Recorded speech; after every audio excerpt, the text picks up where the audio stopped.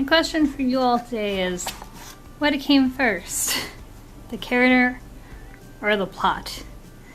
And today, I try to answer that question. Hello everyone, I'm here today. I'm participating in Project WriteTube, which is where a bunch of writers got together all over YouTube and we're doing a big collaboration in order to help you get prepared for NaNaWrimo, which is National Novel Writing Month.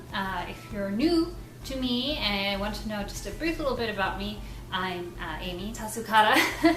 I've written 5 books, 2 in a thriller series about the Japanese mob, and 3 in a fluffy romance. I'm working on the 3rd book to the Yakuza series right now.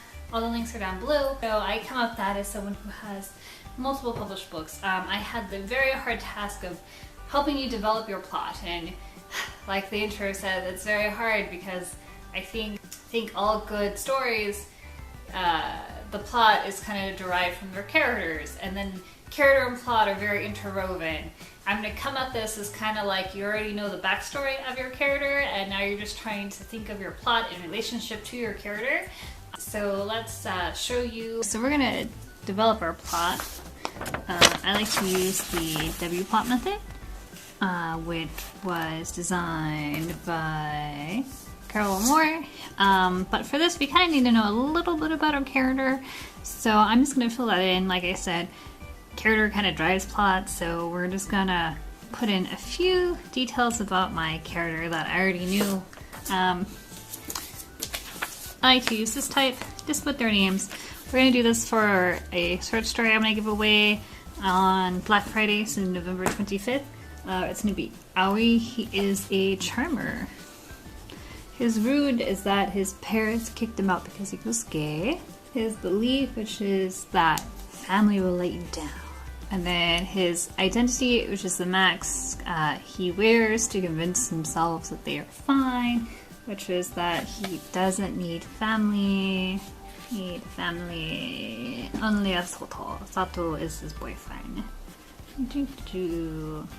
Okay, and then his essence, which would be they're perfectly happy ever after, is that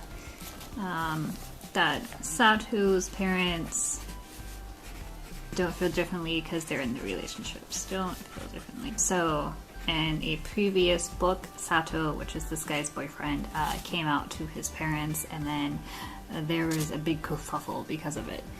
So what would hurt them the most, and this is the important thing, you actually have to do this. So because I know all this other stuff about Aoi, I know that the thing that would hurt him the most would be it's Sato's parents dump Sato because of him. So we're gonna look at our W plot, which looks like this. It looks like a big W, yes? So remember, your story doesn't, it doesn't have a perfectly good arc. It doesn't go like, there you go, story. But it kind of has arc, and it kind of has some jagged lines and stuff. Well, this is just putting 9 major plot points together into an arc. I figured this would be the best version for everybody. That way the people who like pantsing have 9 points to go, and 9 points isn't that much. And if you're a huge plotter and outliner like me, you can go into nitty-gritty details like this. I think the most important thing to remember when you plot is that you shouldn't be asking or telling yourself, and this happened, and this happened because this happened. The goal recognition for this story, Sato's parents invited Aoi and now just spend Christmas together. So Aoi has to go to Sato's parents for New Year. Usually this is at the start of your story. The first barrier is the first thing that goes wrong. So in my case, the first barrier for this character is that he thinks it will all go to hell. Things will be all. And then the lowest point for him, this is a short story, so is that he realizes that he can't avoid by going to a friend's party. So he realizes that whatever he can't do, he can't avoid it. So the barrel reversal is when things start to get kind of hopeful, because here's the high point. So it's not exactly the high point, but it's not the low point. And this basically reverses that. So if he thinks it will all go bad, then it's like things get better. And then in my case, I decided that he's gonna make mochi. which is really tasty. And the high point is where everything goes fine, and then at this point, Sato's dad really likes him. So he's good. Still has to win every month. So the rug pulls where everything seems to be going okay, but then something bad happens, which is Sato's mother sees them kiss. And Sato's mother yells at them, which is the black moment, which goes back to this part of my character arc, which is the thing that would happen most with Sato parents dump him.